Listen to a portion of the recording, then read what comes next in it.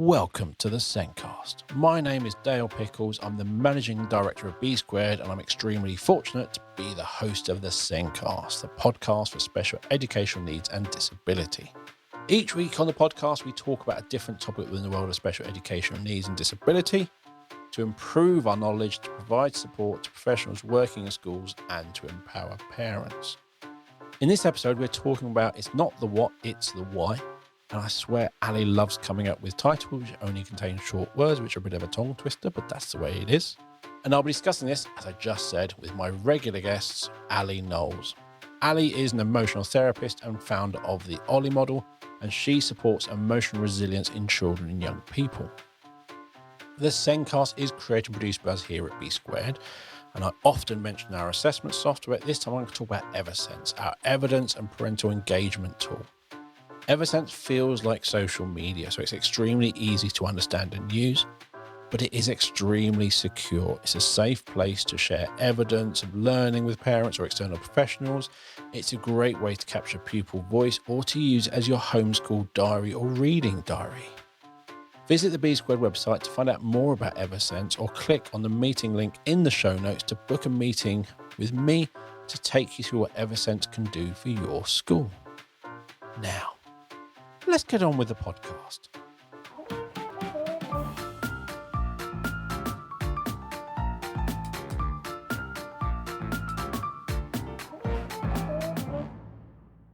In this week's show, we're discussing it's not the what, it's the why.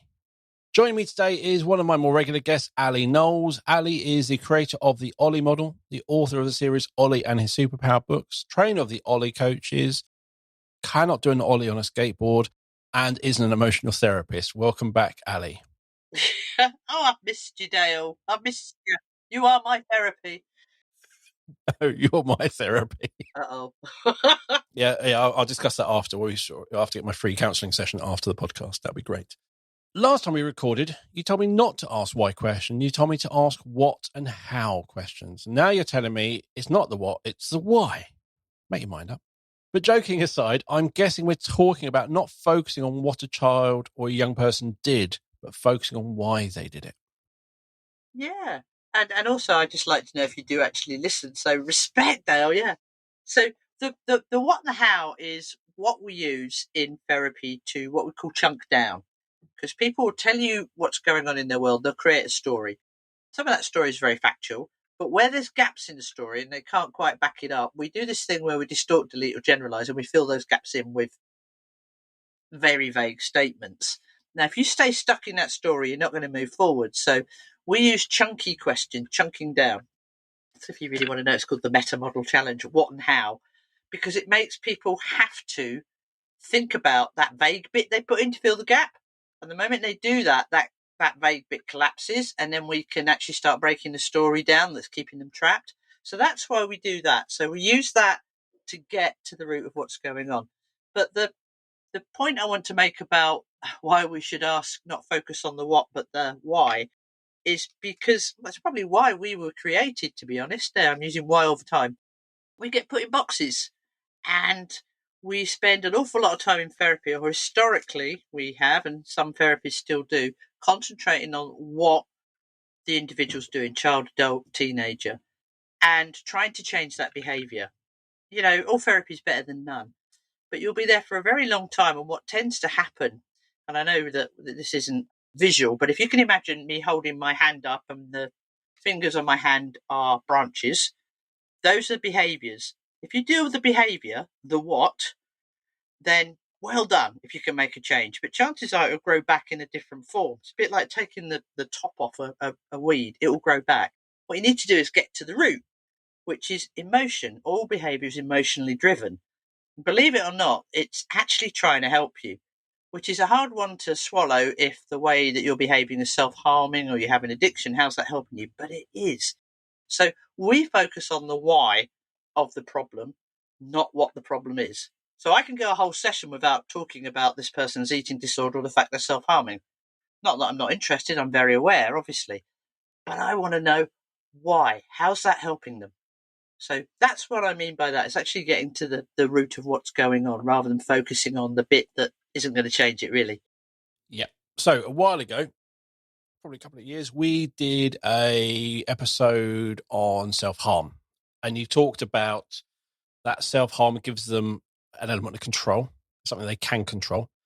But you also talked about if they're doing one thing, you can help them by maybe suggesting other things they could do, which aren't so negative. But as you said, at the whole time, you can't just do that. You kind of got to look at what is causing it. That is them trying to find control where they have no control. They're finding something, an outlet of something else. So you can't just deal with the action of what they're doing. There is a Spot on. cause, and you've got to look at that. And just to make it even more complicated, which is why it's really important that you find a therapist that you like and trust and connect with, is there's a wonderful thing called secondary gain. Now, secondary gain can be a conscious or a subconscious thing. And by that, I mean your mind, your body, whatever you want to call it, specifically creates a behaviour because it's helping you in some way. Now, that might be if you want to use self-harming. There's a myriad of reasons why people do that, but if you cut yourself in that instant, the pain is so great that you're not thinking about the other things that are really, really worrying you. But there's a flip side to this. But all of it needs a therapist's input. So the flip side. So, for example, I've got a youngster at the moment who is self-harming. That's me doing little speech marks. He's scratching himself, not cutting himself. He's still self-harming, but he's not cutting. And he's also doing it where it's very, very visual. Most self-harmers, as a rule, but again, it's only true till it's not, tend to do it where you can't see it because they're ashamed, they're embarrassed, they don't want people to know. So what this little fella's doing, and this is quite a conscious thing, but it could have been a subconscious thing, is he's worked out someone else in his family self-harms and everyone goes, oh my God, stop the world, we've got to support this, we've got to deal with it, we've got to make sure everything's perfect. So he is scratching, and of course that's sending his parents into an absolute flip because they've been through the more serious version of this, and you can't take a chance. Now you could dismiss that and say attention seeking, but the truth is all behaviour serves a purpose. So whether or not he's truly self-harming, cutting deep, or he's scratching, he is trying to tell you something. It's helping him in some way. Getting your attention, it's not that simple. It's, I'm hurting, I'm scared, I don't know how to tell you. This worked for my brother who was self-harming, maybe it'll work for me. So you can't dismiss it, even if you think, oh, hang on a minute. And it's interesting. I think a lot of self-harm can be very personal and hidden, as you say. Yep. And they don't like people seeing it. It's a me thing type thing. So to then see that connection and going, okay, so if I let them see it, it's basically subconsciously them saying, it's not helping me, but if I let you see it, perhaps I will get some help and help. Without actually me saying it, you've shown me by your actions over there, if I let you know I'm doing it, I will get some help. And again, there's a myriad of reasons, and it's true till it's not on everything I'm about to say. But certainly with little ones, it's what works. If it works, I'm going to do it again. What worked for somebody else, I'm going to do it. So there's a bit of that going on. Is it conscious? They're consciously doing it because they know it works. Are they consciously trying to really hurt themselves? Probably not. But they might not know how to vocalize what it is that's scaring them, frightening them, hurting them. But there'll be something there. So the number of times I get parents saying, we're talking about self-harming, let's lighten it up a bit. Oh, they won't go to school, they won't eat food, they're just doing the beige food thing. Are they being a nuisance? Are they attention seeking? They're doing something to get your attention, but don't dismiss it because they're not being little toads. There's a reason. There's a reason they're doing. There's something missing in their world. They don't know how to vocalize, and they're getting you to take notice the only way that you will. And of course, if we react, it's a bit like a child that swears. We're told, don't laugh because I'll make it do it more. If you react with a younger child, to them that works. Therefore, they're going to repeat it. So it doesn't always have to be something as serious as self-harming. It can be all behaviours. I mean, and it's not always conscious. I have to say that. I remember I had this lovely lady. She came literally floating into my therapy room. Now, I don't care if you're gay, straight, blind, right? Drop dead gorgeous and your mouth would have hit the floor. Absolutely stunning. Russian lady. Beautiful. Magnificent. And she came in. She was about a size 10. And she said, you've got to help me. I need to lose weight. Forgive the accent. But that kind of added to me not being able to concentrate. I don't care who you are. You wouldn't have been able to focus, right? I said, okay, where? And she said, oh, no, I'm overweight. And I said, why? What what makes you want to lose weight? So now we're chunking down. And she said, well, I haven't had a boyfriend for ages. I'm looking at this woman and I'm thinking, you could have anyone's husband or boyfriend. Do you know? She was that. And she went, no, I only like a certain type of person. And in order for me to go out with that certain type of person, I have to look a certain way, dress a certain way, hair, all of that. And she said, and I'm really aware I'm overweight. Well, we did all sorts of interventions to look at her food intake, and she was snacking. So to be fair, she was a little bit more than she normally is weight-wise, but she was snacking. Comfort eating, you could argue. And no matter what I did, her mind overruled it. So she'd stop snacking for a little while, come back, no, I'm snacking again. No matter what I did, every time I did something, her mind just kicked it out and she went back to snacking.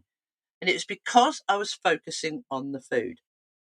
So then I started doing what all Ollie coaches doing and asking proper questions. And I said, you said you have to specific about a certain bloke. What is this certain bloke like?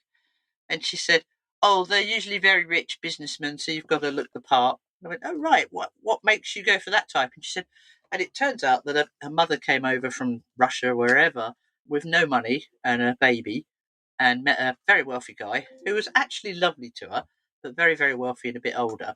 But the only reason that he chose her was because of how she looked. So this is now ingrained in my client. And I said, okay, well, that kind of makes sense. But, you can make your own money. So we had all those conversations.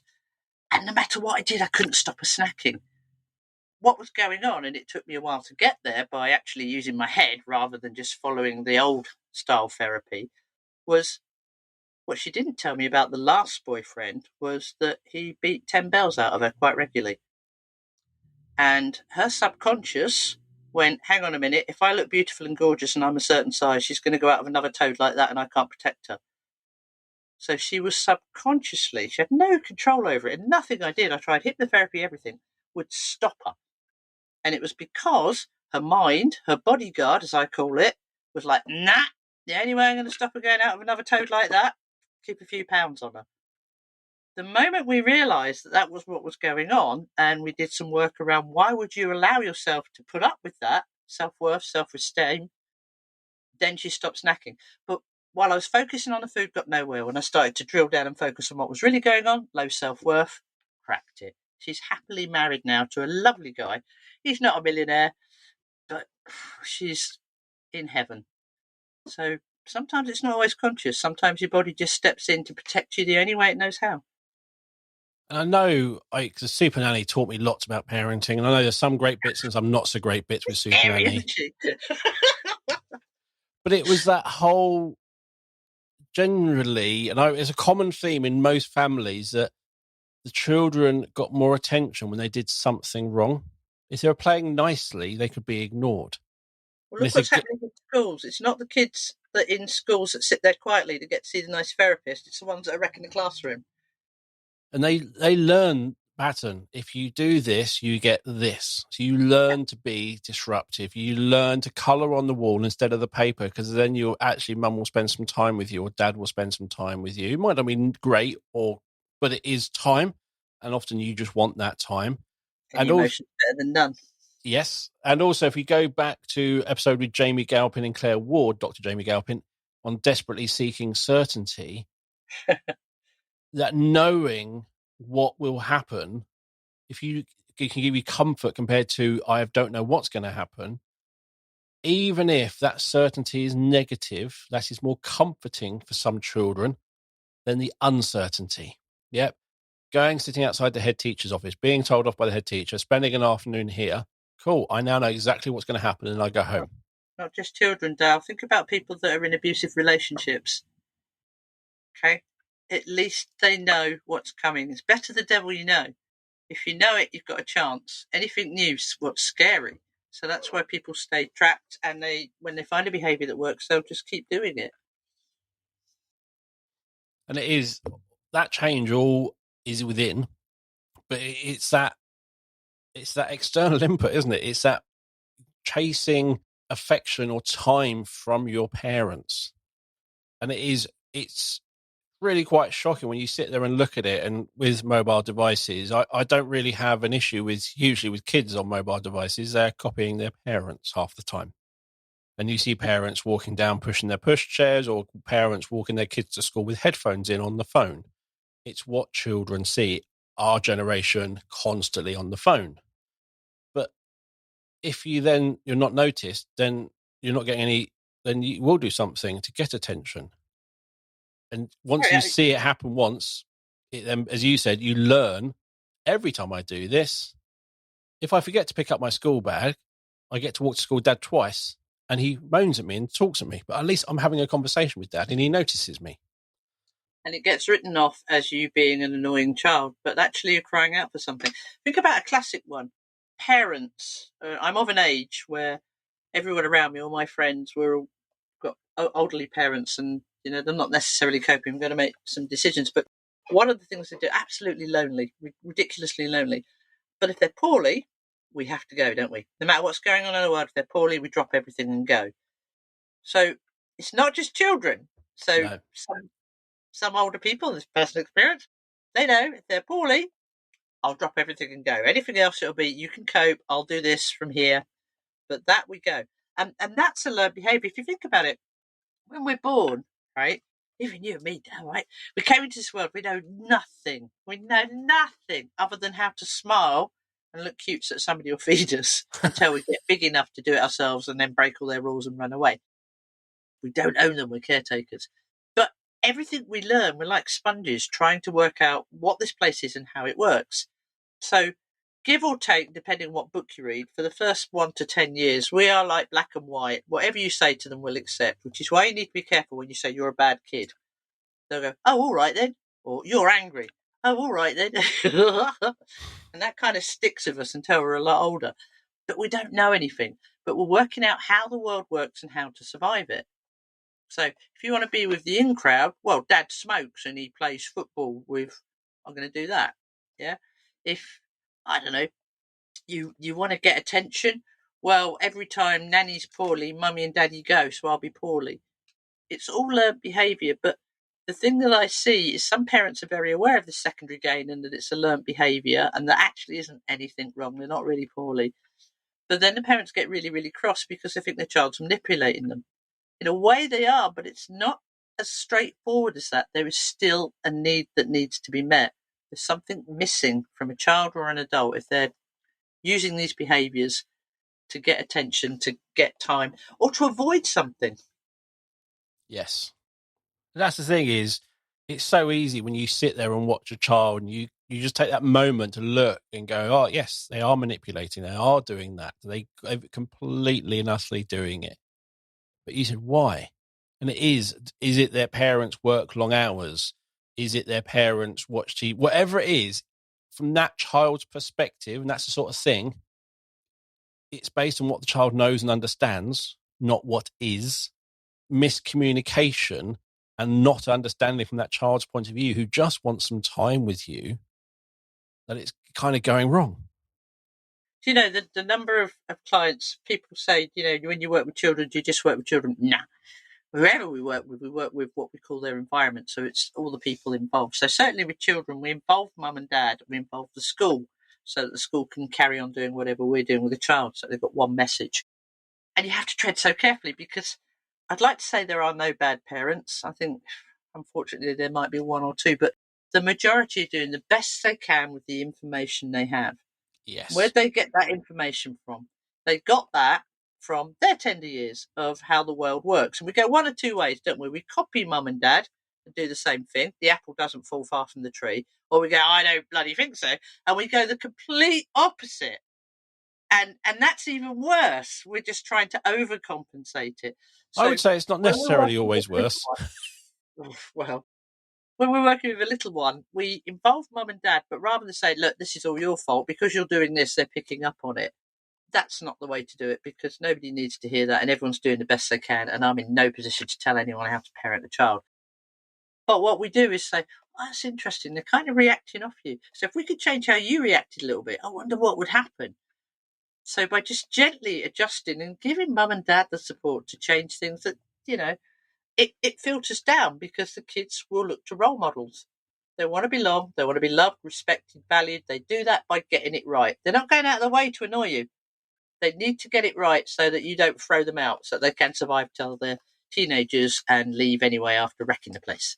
So my parents were very much smack because I said so, and just go to your room. Never actually discussing what was right or wrong or the why.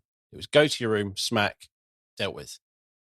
And I always say to my kids, I don't know how to parent. I just know how not to parent. So I can't draw on those experiences. I'm literally going, they did not work. They did not help me. We went through the same thing and again and again. And I know I'm not saying I was a lovely child. Everyone knows listening to this, I was not a lovely child. But it wasn't horrible. It wasn't extreme.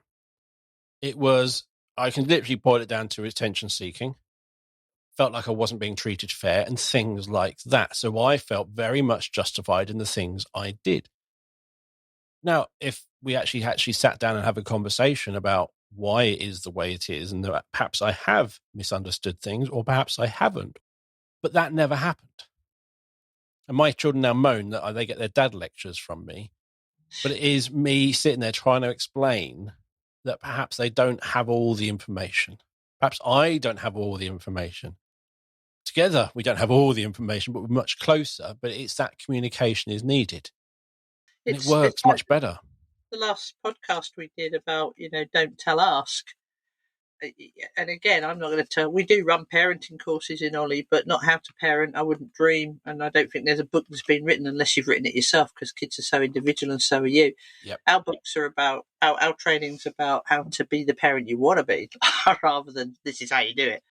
But it's really difficult because you want to get it right, so you're adjusting what you're doing, and you're either going to adjust it to the far left or the far right. But if you actually ask a child, rather than preach and talk, they won't listen. Certainly as they get older, the teenagers, anything you say, they're going to kick against, red rag to a bull. So ask them what they think about it.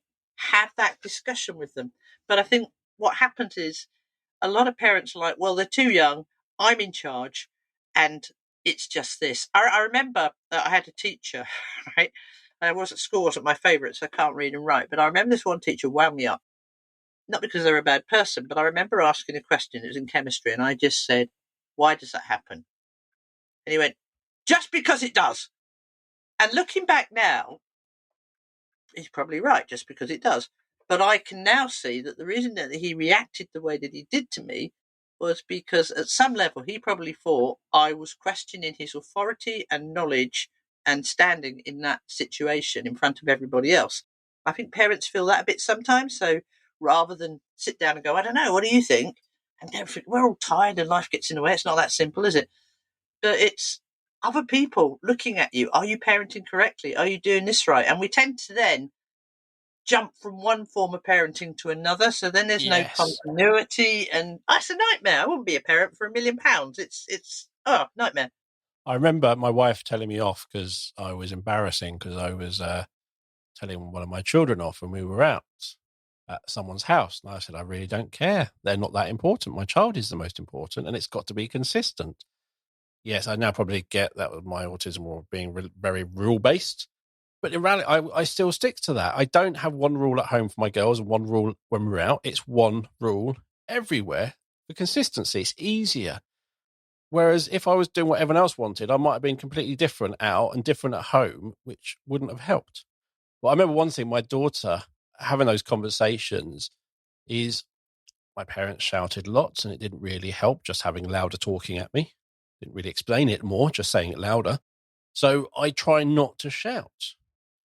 And they moan that I shout. So I really focus on not raising my voice and not shouting up the stairs, but going upstairs and saying the things I wanted to. But then my daughter says to me, I don't realize how important it is because you're kind of saying it nicely. So I'd gone too far. It was like, yeah, can you actually kind of really making me understand? She was like, I need the tone to help me understand the importance of it all. So we learned that together. It's and again, it's going off piste a little bit, but wasn't you? But words, verbal communication is what we're doing now, which is it. Nobody can see us. So they're only getting half the picture of our conversation because they're just listening to the words and they can hear the tone and the pitch that's giving them a little bit more information. But verbal's only 10%. The rest of it, sensory acuity, is your eye movements, the way you're breathing, the way you're holding yourself, body language, all of that is getting a message across as well. So, you're going to be so mindful when you're working with little ones. It's really hard. The thing is, I am quite good at doing that, but it's got to be kind of, you have to have those reflective conversations with your kids. So if something's not working, as you said, ask them why when it's a good time, not straight after an argument, not on the way to school. When you have time, ask them, right, so I wanted you to do this, you wanted to do that, blah, blah, blah, blah, blah. That will help. I tell you what really, really helps. And again, we're very in the early model about sharing rather than keeping therapy in an ivory tower. And one of the things we do with children and teens and adults is make the emotion a part of you, not who you are. So yes. When you have a behaviour that is being disruptive or whatever, or the behaviours we just talked about, the secondary gain thing, it is a part of you, not who you are, that is needing to do that. Now, this is so powerful because then you can separate that part. So with a little one, we put their angry superpower in my hand. With a teenager, we put their vexed superpower, whatever that is, on a chair and kick it across the room. Doesn't matter how you do it. Separate it because that gives you perspective. And then you can work with the individual to help that specific part. And a really lovely thing is you can then have conversations. So you can, and I've done this right with little ones. I've got angry in one hand and I'm like, do you want to be angry? No, because it gets me into trouble. What do you want to be? Oh, I want to be not angry because that's what you're going to get out of a kid, not calm or sensible. And don't ever correct them. Please don't correct them. I hear so many people, oh, you mean calm? No, I just mean not angry. Go with whatever they give you. So in one hand, I've got angry, the bit that's got them into trouble. And in the other hand, I've got not angry. And what I do is I make these two have a conversation. So I'll literally talk to them. So I'll say, hello, angry. Everybody is probably very cross with you, but I'm not, because I know that you're not being angry to get my friend into trouble. You're being angry because something's wrong. Can you tell me what's wrong? And the weirdest damn thing happens. Because we've now separated it from the child can talk from a different perspective and say, he's getting angry because mummy spends all of her time with my little brother because he's poorly. Okay, well, that makes sense. Okay, so not angry. You've just heard. Do you still cross with angry or do you understand? Oh, no, I understand now. That makes sense. What could we do to help? And I get these two parts talking to one another and coming up with a middle ground solution to overcome that, which might be just point it out to mum, get me to point it out to mum, or react differently to get a different response to mum. But that's something everybody can do, parents can do. I do it on myself. I literally, everyone saw me, they think I was off my tree, but they do anyway. I'm like, oh, tickling niggly this morning, and I don't know why. I pull niggly out. How do I want to feel? Chilled. Right, niggly, what's coughing? And the weirdest thing, the moment I do that and start literally talking to my hand and niggly, well, I'm niggly because I've got to do this, this, and this today. Okay, yeah, we do. How could we make it easier? It's the weirdest thing. So you don't just need to do it just with your children. Encourage them to do this themselves. You might have to help little ones, but do it yourself. Separate the part, the emotion, the belief, whatever it is. Sit it in a chair, hold it in your hand, and just say, I know you're not doing this to cause me pain or get me into trouble. I know you're doing it to help me. How is this helping me? And get it to explain and then come up with a better way of it helping you. It's really powerful, simple therapy. It's just, you can't, the cause is generally not from within the child. It's an external thing and they are reacting to that. So every time, it's always going to be an external thing. It's something external. And you can help them, because that's the thing, is you're interpreting the external event. You've put a value, you've put a reason. It's because mum doesn't love me. She loves my little brother more. You are putting all these values from you within you into that. And that might be your self-worth and things like that, or whatever else coming out is being applied to a situation where it's not actually there. So part of it is, I would guess, helping them see slightly the situation differently, but it's also then going, but the situation happened either way. And could we avoid that situation? Yeah. And I got a little fella I'm working with at the moment, deep trauma, poor little man, what he hasn't been through, and we're talking about. The thing is with trauma, we're talking about children, but it affects us all the way through our lives if it's not dealt with. A child cannot conceive that a parent is in any way inadequate. That's too mind-blowing. because if a parent's inadequate, they're not safe. Child can't get a head around that. So what a child does, and what you see with a lot of child trauma, is they'll be, oh, it must be my fault. It must be my fault. And then they take on that role. But then what happens, and certainly with this little fella, his behaviour is off the Richter scale. And the reason it's off the Richter scale is because he's thinking, well, if I make it my fault, then I don't have to think that mummy and daddy are inadequate and no one's going to have a go at them for being bad parents and they won't leave me and I'll be safe. So then I've got to make it more my fault. Secondary gain again, you can't just look at something and go, oh, this is definitely what it is. You've got to drill down. You've got to look at the whole environment of what's going on, when it started. How does it help? How is it helping? What does it achieve? What is the purpose of its goal? Only then can you set someone free from a behaviour of secondary gain. And if we go to, so in the news in the last couple of weeks is the kind of record high exclusions, suspensions, all that sort of stuff. I'm 99% sure none of the children went into that school to just be naughty. None of them have gone in to just go, you know what, I'm going to wreck the world today. Those who didn't go in because no one wants. Generally, children want to please. Children want to learn and be part of something. I know I'm really simplifying everything, but I think that's the way to do it. Seriously. But generally, those three things are: they want to make someone, they want to make the parents happy, to get attention, they want to be part of something, they want to learn.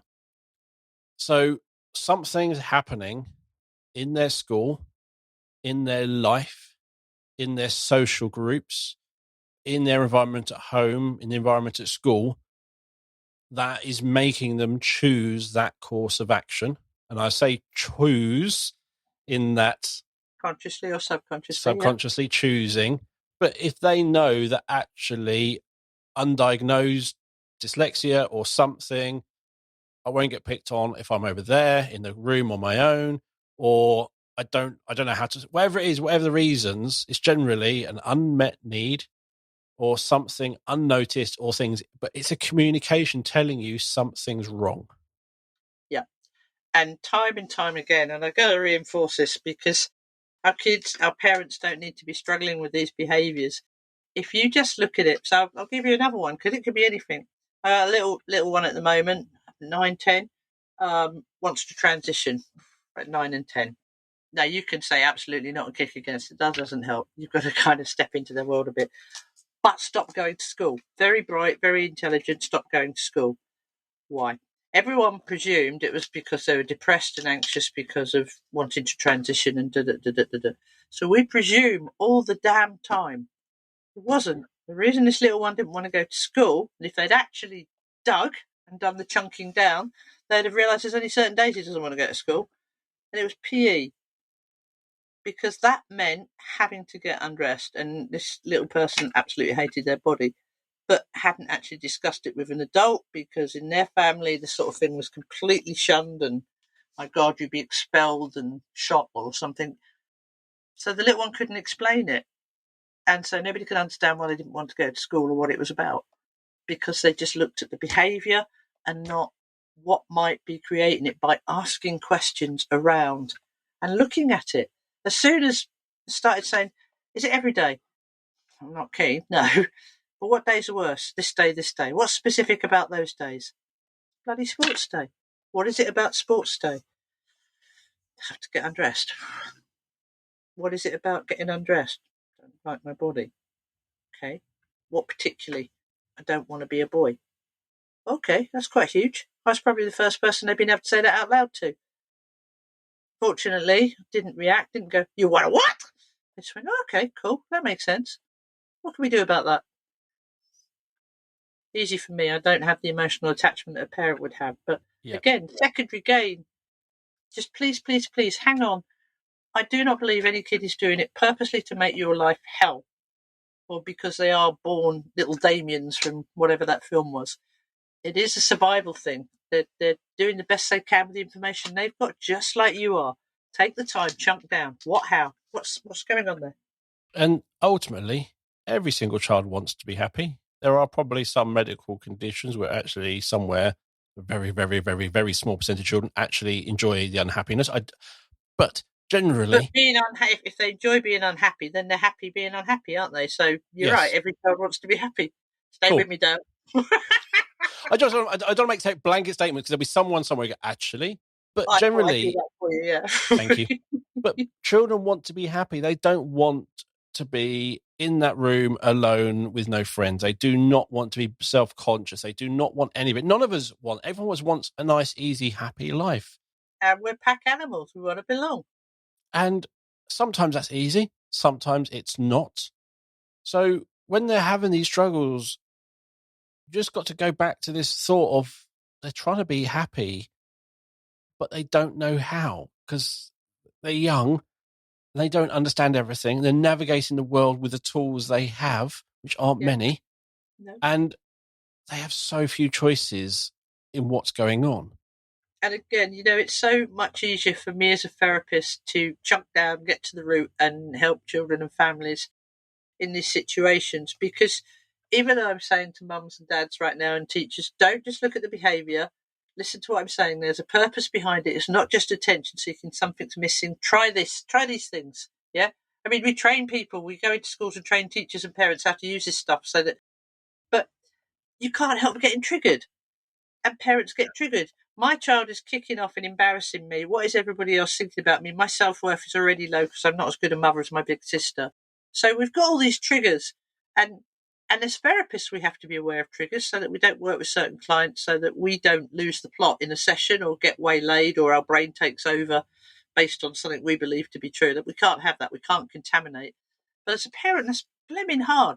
So it's often better just to, it doesn't take a lot. A couple of sessions with one of our coaches, for example, and we can come back to mum and say, okay, this is what's really going on. I don't have the answers. What can we do together to done, sorted? And I know every parent knows their child best. Yeah. However, that idea is tainted in two things. You are always involved in that thing, and your child is always trying to please you, generally. So sometimes what you are trying to do is not what the child needs. And you can go all the way back to babies. And if you do that, I can't remember, it's called controlled feeding or timed feeding when they're young. Do you feed them every time they make the noise, or do you do it on schedule? If they're crying, do you? Yes. I'm not going to go into that debate. That's a whole other thing. We did the controlled one because that makes sense to me, but everyone's different. But there's that sort of thing of doing what your child wants is often different to what they need. And I talk to my children about short-term happiness. I can give them exactly what they want. And then long-term happiness is actually, I can't do that because... It's a fine line. You can't be your child's friend. You've got to be their parent. If we look at foster and adoption, it's probably a good example of this. So again, it's an area we work in. We get kids everyone's given up on. So these foster parents, certainly if they're fairly new, or adoptive parents, they're giving this child. They're not necessarily told the whole truth about what's going on. Can you imagine this little one's being thrown out? So we've already talked about trauma. You cannot deal with the fact your parents in any way flawed. So these little ones have already got to cope with that. It must be them. They must be bad, right? They've got so much baggage. But what you need to do is, within that, you've got to work with the parent and the child. And I say this time and time again, there isn't a blimmin' book. No. There really isn't, because you have never existed as a parent before in this context, and this child has never been your child. So there isn't. The only one that could write that book is you. But it's terrifying, isn't it? Because as parents, we want to get it right. We want to protect our children, do the right thing, grow them, make them feel safe, make them feel loved. So what do you do if you don't have the answers and what you're doing is not working? You look externally. Well, if you look externally, that's always good to do. Have a look around. Oh, that worked for them. Give it a go. But what worked externally for someone else isn't necessarily going to work for you because it's so individual and unique. Yes. And it's take that pressure off yourself and just go, oh, this is interesting.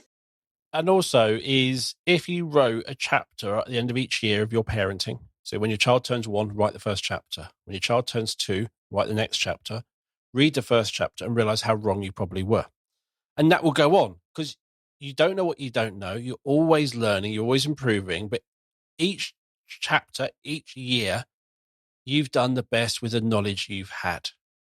As knowledge grows, you might see better ways. You might go, oh, I shouldn't have done that. But you're not going to make the same mistake. You're not going to do it. That's the thing, is you can't change what's happened.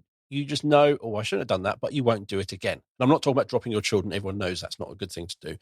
It might be the fact that I gave my daughter peanut butter without my wife knowing, and it wasn't in front of a hospital, which is apparently where we should have tried peanut butter, because the peanut allergy was a big worry at the time. Not with my daughter, but, just generally, everyone's going, you should can't have peanuts. It's a big thing. I gave my daughter, I sat there and watched them, and that's fine. But apparently Matt wasn't happy with my wife. So, but just random things that you will do, or decisions someone told you, this is how you do this. You learn maybe that's not the best way, but it's too late. It's done. Don't beat yourself up. You're always doing the best you can, but you're always learning. Therapy thing, no failure, only feedback. But when we're talking about a child and getting it right, wanting to be the best parent you can, certainly if your childhood wasn't great, so much blimmin' pressure. But unfortunately, there are no books. There might be some guidance, but don't take that verbatim. It will not fit you and your child. You haven't existed before as a parent, and this child hasn't existed before. But that's a lonely place, isn't it? Yep. But somewhere along the line, we stopped backing ourselves. Everything, whether it's talking about childcare and child behaviour, or, do I buy a camper van or a transit van? Everyone's looking externally. We've stopped backing ourselves and having grown-up conversations with ourselves and trusting that actually our opinion has merit and that it should be valued. And you know what? I'm going to give this a go because it kind of feels right. And if it's not right, I'll adjust it. But I'm going to back myself, because if I start doing that, another lovely thing happens. Your kids see you backing yourself, and they might see you not get it completely right sometimes, but rather than fall apart, kick the door in, you go, oh, well, that was interesting. Let's try this instead. So much pressure. But please, please, please, if your kids' behaviour, they're not doing it to just ruin your life. They're doing it because something's wrong. And if you can't get to the root of that, and it's difficult if you're too close, reach out, please, because that's what they're trying to do. They're just not good at doing it in a good way. It'd be lovely, wouldn't it, if a little 5-year-old could say, actually, can we talk? I've got to say, I'm feeling, self-belief's a little bit low this morning. I feel my self-esteem's taken a bit of a whack because you keep doing this, and this. And it'd be really lovely if you could just alter how you're parenting me right now. You might want to read this book over here that they can't. If they could, they would, bless them. But they're not finding fault in you because they don't know. All they do know is you're their carer. You're the one thing they can trust in and should be able to. So, of course, you're the one. That's why we say we hurt the ones we love the most. On purpose. We're kicking out because we want them to understand us, and we don't understand why they don't. That's like, I think it's Stewie from American Dad. I think it's that character. A very well-spoken child. I think it's American Dad, can't remember. One interesting, actually, that whole being judged is one that my daughters had, and we bumped into some old parents of primary school children recently, and they reminded me of this. I generally run hot. Those who know me generally see me in T-shirts and shorts. In the middle of winter, I'm still just in a T-shirt. I am just naturally... For my entire life, I just run hot. I don't know if it's a neurodiverse thing. I cannot tell you the reasons. I've not looked into it. I just run hot. Okay. So do my kids. Yep. Cool. And I'm not saying it literally starts the moment they're born. They just run hot. And my eldest, I remember kind of being somewhere and putting the recommended amount of covering and layers on, and she'd be getting really upset. And we basically, after a while, realized she was actually really, really hot. And that was her letting us know. So we would have not the coat on, not this, and we would just always stick the 2 fingers down the back of the neck and feel kind of between the shoulder blades, is she hot or cold? And we learned from her communication, from her body temperature, how much clothing for her to wear, which was generally, like me, not a lot. Generally just baby grows and that will do. When her sister was born, we sit there and we comment, she's probably going to be hot. So we kind of, when she was born, had the blanket on, had this on, and some nurse came in, or midwife, and basically told my wife off for being a really bad parent, for not coming prepared with all the clothing, tutted at her, walked away, covered my daughter in lots of extra layers, who then got extremely hot and started crying. So my wife took them off. And then the midwife came back in and had another go at my wife for taking all the clothes off because she's a bad parent. And the reason this came to me is all the parents were saying that in the middle of winter, my children and me would still be in t-shirts and they'd be running around the playground, and my wife would be trying to get her to wear a pink Hello Kitty coat. And they just used to find it so funny that my kids, they all know my kids just didn't. They said, oh, they joke as bad parents, but they all know that they weren't cold. Every other child covered in layers, gloves and everything. My children in t-shirts running around. You have a situation where someone, in this case the midwife, which is a shame because most of them are just blimmin' angels on the earth. They are. Another case where they've looked at a situation and they've made a judgment based on their training, maybe something they've experienced of neglectful parents and a child being left with that. So and they've made a judgment and they've made a call on that, and that's understandable, safeguarding and Christ knows what else. But what would have been really lovely would be, is there a reason that you're not dressing your child at the moment, or she hasn't got a coat on? You say, well, actually, yeah, problem solved, isn't it? Yep. Have that little conversation. Talk to one another. Don't assume. Easy. But the thing is, at hospital, it really wound my wife up, and I wish I was there, because I probably would have done nothing and just sat there and just tutted, because I'm British. But it is that sort of that assumption, and it's like, and you kind of get it. It could be someone who just doesn't know, completely unaware. I get it. But have a conversation, ask, listen to my wife when she says, no, she doesn't need it. Biggest problem is we can't look, don't get me wrong, we can't help doing this as human beings, whether you're a kid, a child or an adult. When you look at a situation, your brain has to make sense of it. So what it does, it goes into the database of you, right? So it'll either find something like it or exactly the same you've experienced before, or something you've read in social media, or something that's happened to your friends or family. That then becomes the thing that you use to navigate the situation. But that's your version of how to navigate the situation. Is not necessarily what's happening and what's applied. Assumption is so dangerous. We spend so much time with our Ollie coaches banging it through their heads. If ever I hear you say, oh, yeah, that happened to me, I know all about that, what you want to do is, please God, none of them ever do that. It's my mother, she does that all the time. Anything you've got, she's got the T-shirt. But you can't. We have this thing, don't contaminate the room and don't let the room contaminate you. If you sense that your brain's going, oh, I know what that's about, you might. So we have a thing called fishing rods in the Ollie world, okay? That is a fishing rod. It might be that, but you don't know it is.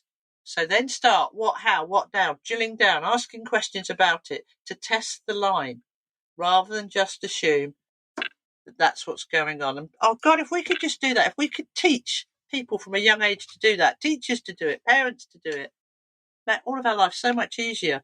And we'd start backing ourselves a bit more because we'd have something solid to work on rather than an assumption and a belief or an exterior pressure. Oh, I must do it this way, even if I don't quite think it's right for my kids, because otherwise I'm a bad parent. God, it annoys me. Are you getting it? I'm a very logical person, and if someone's moaning at me, I'm generally working out the solution, and I've worked out the solution halfway through and whatever else. And it's just if you come up with a problem, I'm solving it. It's what I do. I solve problems. And if I think there's a problem, I've noticed there is a problem, and I'm trying to solve it for you. And I remember being out for dinner when we did the virtual Send conference, and the number of guests were there, and Lorraine Peterson was there, and she went, what is it with men? I went, okay, I'll try and solve this one for you. And she went, why can't they just let you moan? Why do they have to solve everything? Protection. And I went, why can't they just, and I realised it's that logical brain and the emotional brain. The emotional hurt was just going, blah, blah, blah, and letting it all out, finished. And she didn't want to tell you. And I'm literally going, oh, that was an eye-opening moment. That for me, I was like, it's such a strange thing. It's the reason you do that, Dale, is one, because you like problem solving, but also there was a part of you didn't want to see someone struggling at a deeper level, and it was a protection thing. You want to make her world okay, which is a lovely thing. But somebody else might take that as, oh, what a lovely thing. Dale's trying to make her world okay. It's very protective. What a nice guy. Someone else might go, another man trying to control me. Depending on your experience, your model of the world, your library, your reference library is how you react to whatever's going on in front of you.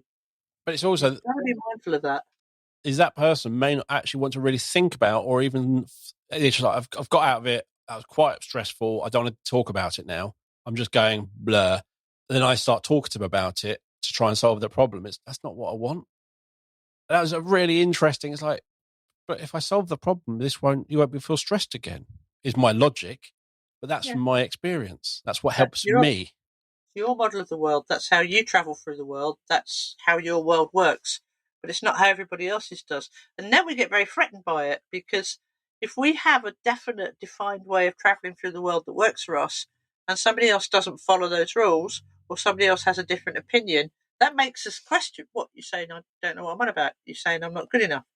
And then that belief you have about how the world works, and I'm Dale, I'm going to problem solve for everybody because I'm a nice guy, suddenly you're like, oh, I thought that made me a nice guy. Maybe it doesn't.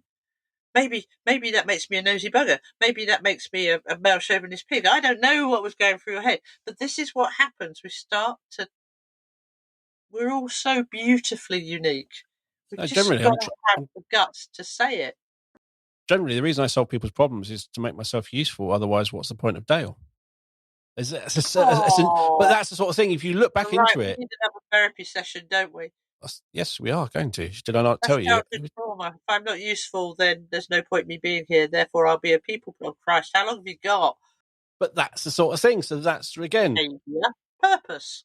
Behaviour generally is learnt through mistakes and things like that. But that's the sort of thing is, I want to help, so I can help, and I do help. And that's the behaviour. That's a learned behaviour. If I help, you just said, what's the point of Dale if I can't be helpful or useful? So therefore, you have decided at some level it's a survival thing, so it's behaviour serving a purpose thing again, a secondary gain. This makes me a nice person, this makes me useful, this counteracts everything I don't want to believe true from wherever that's come from. So it's exactly what we've been talking about, and it affects all of us. And it's recognising it, actually hearing yourself say it out loud, like, bugger, I'm doing that. What's that about? But generally, I can summarise myself into two things. I help, and I have really bad jokes. That's me. Okay, well, that's a good reason to be put on earth. Yeah, I like that. Yeah. But generally, you will laugh at them. You don't always want to laugh at them, but you will laugh whether you like it or not. Because we're very polite and... No, because some of them are so bad, you cannot help. It hits that underlying thing where you really don't want to laugh, but some of them are that bad. It's quite entertaining. I know, you see, you're assuming again. The reason I laugh at your really bad jokes is because I think my purpose is to make people feel good about themselves. And Dale's told a joke to feel good about himself. So I need to make him feel good about himself, even though that's really awful, because my only purpose is to make... We're all doing it all the time, aren't we? Yep. That's the thing. And it's all learned behaviour from when we were tiny. Feel the pressure, parents. Yes.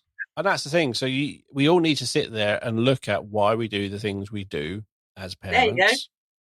What's the why behind the what? Yep.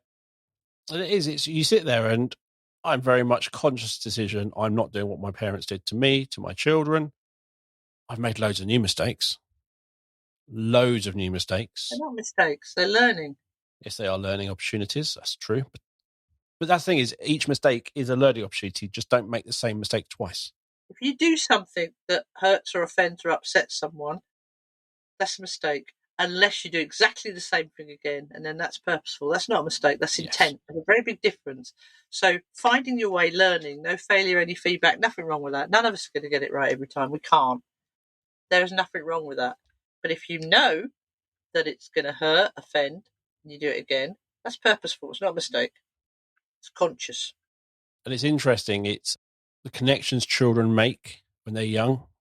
I've experienced my favourite really short one was from my colleague John. They went up to London, and they went along the South Bank, and then they were going to come home, and his daughter had a huge meltdown, and he couldn't work out why. And he was just going, we literally went up to London, we went, and she just was like, do you want us to? And he couldn't work it out. And I put my Ollie head on and said, has she been up there before? She went, oh yeah, she went up with Mum not long ago. What did they do? Well, they walked along the South Bank, and then they went to a giraffe restaurant for lunch. I'm like, did you do that? They went, no.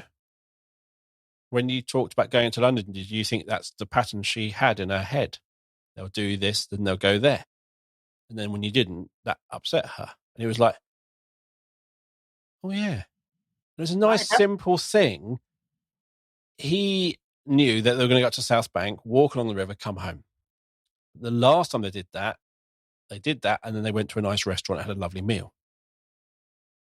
And to them, that was what that was. So it was that misunderstanding from the child and the dad, because he wasn't there the previous time, having no idea at all what had happened or why.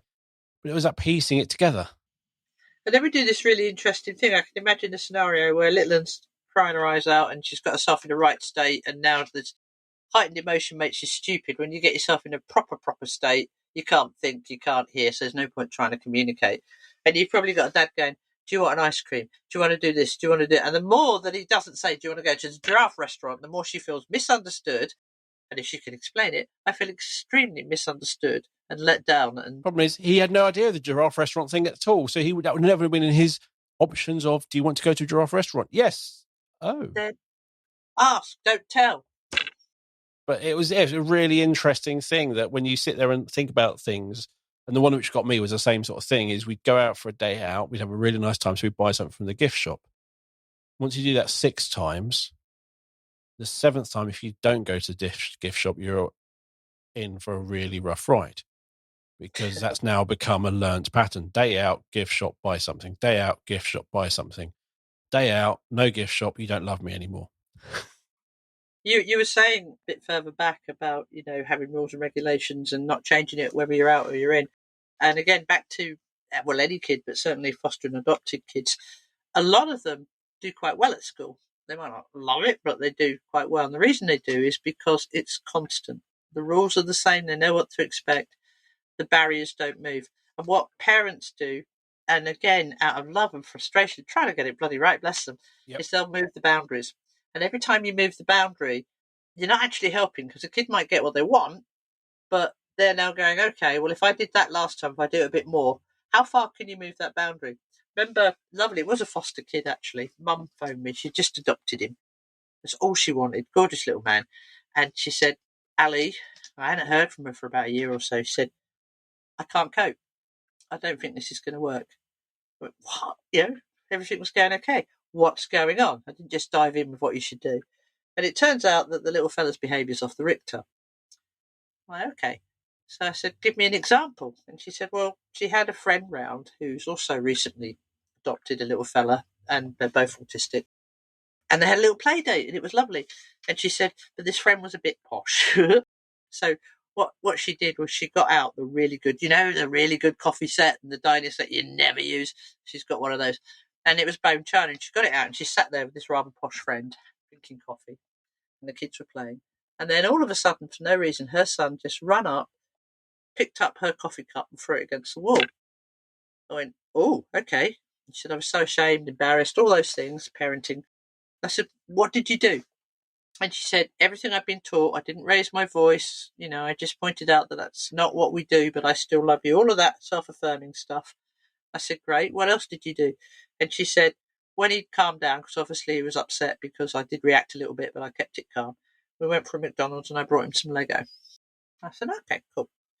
So I said, I can help you with this. Can I pop round tomorrow? And she said, yeah, of course you can. What time? I said, about 10 o'clock. And I said, by the way, I know I'm not posh, but I love a cup of coffee in bone china. Can I? And she went, yeah, of course you can, Ali. I said, but I've got to warn you. I said, I'm going to pick the whole service up and lob it against the wall when I get there. And she went, why would you do that? I went, well, I need a new car. And there is that whole only positive behaviour reinforcement by only reinforcing good things and no negative and things like that.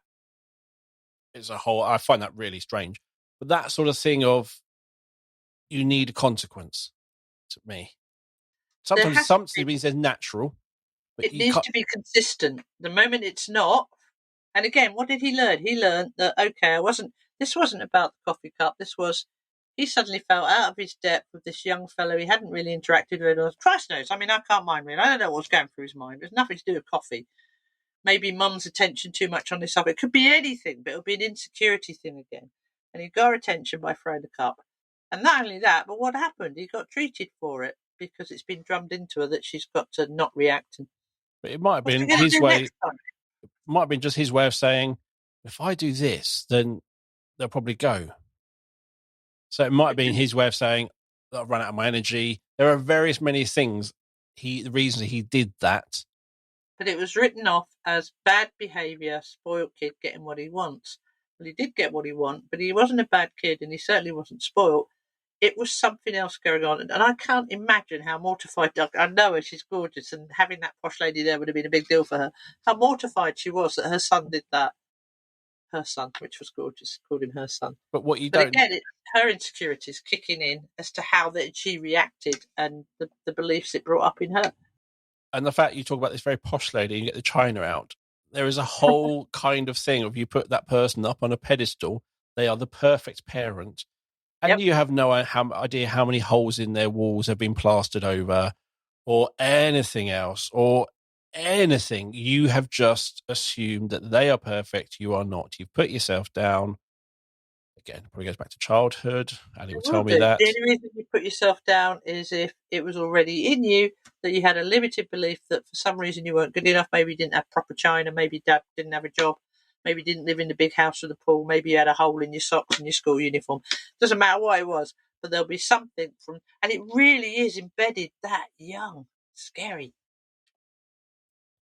And I'm going to wrap it up so we can get onto my counselling session. So I might need a coffee break before we dive into that one. Oh, you need more than coffee. It needs to be some Irish coffee, probably. Sorted. So thank you for coming on the show today. I always love our chats. I always love the meanderings and wherever we go and being told that I'm not quite right, but almost there. Brave effort, as I would say to my wife. That's a whole other entertaining story, but yes. That's the thing. It is, the word mistake and difference. You learn from mistakes. You don't learn by getting it always right. You learn from mistakes. Edison, how many light bulbs before he got the one we're all using now? Exactly. And it's just, you haven't found, I think somebody's, I didn't fail 500 times. I just found 500 ways which didn't work. Yeah. But it is, you don't want to make the same thing as you said. If you're making the same mistake twice, that's intentional. Yeah. I constantly make mistakes, but every time I do, it's a new mistake. And think about this, if you're making a mistake, if you do something to harm somebody else and you didn't mean to, then that's a mistake. If you do it again and the intention's there, but often we're harming ourselves. So you put yourselves in situations that are going to hurt you and are going to trigger you. Why are you doing that? That's intentional. That's subconscious. That is either intentional or subconscious. That's secondary gain. Keep an eye out for it in yourself and your kids. What are you doing that has a secondary purpose? How is it helping you? And is it the best way to get around whatever it is that you need to get around? So as always, I've got some links from Ali, which we'll show in the show notes. You can get hold of Ali and find out all about Ollie and his superpowers. And you'll find them wherever you listen to the podcast or on the Sendcast website. If you haven't subscribed, please click on that subscribe button wherever you listen to the podcast, or you can go to the website, www.thesendcast.com. You can subscribe to our newsletter to keep up to date with the latest news. And if you want to get in touch, let us know your thoughts, suggest your topics, give me a really bad joke or anything else, please send an email to hello@thesendcast.com. And if you're looking for a simple, secure way to capture and share evidence of learning, or a way to capture people's voice, a way to celebrate and share achievements, or a simple, safe way to communicate with parents, you can have a look at our Eversense software. Eversense is our evidence system that does so much more to boost parental engagement. To find out more about Eversense, visit the B Squared website. You can find out about our online training, our CPD, read our blogs, watch our webinars, and more. You'll find a link to the website and to book a meeting with me so I can take you through Eversense or answer any questions you have. You'll find all of that in the show notes. So thank you for listening. We'll be back next week with another episode of the Sendcast. It's goodbye from me. Take care, everybody, and just think twice, don't assume. See you later, Dale. Bye.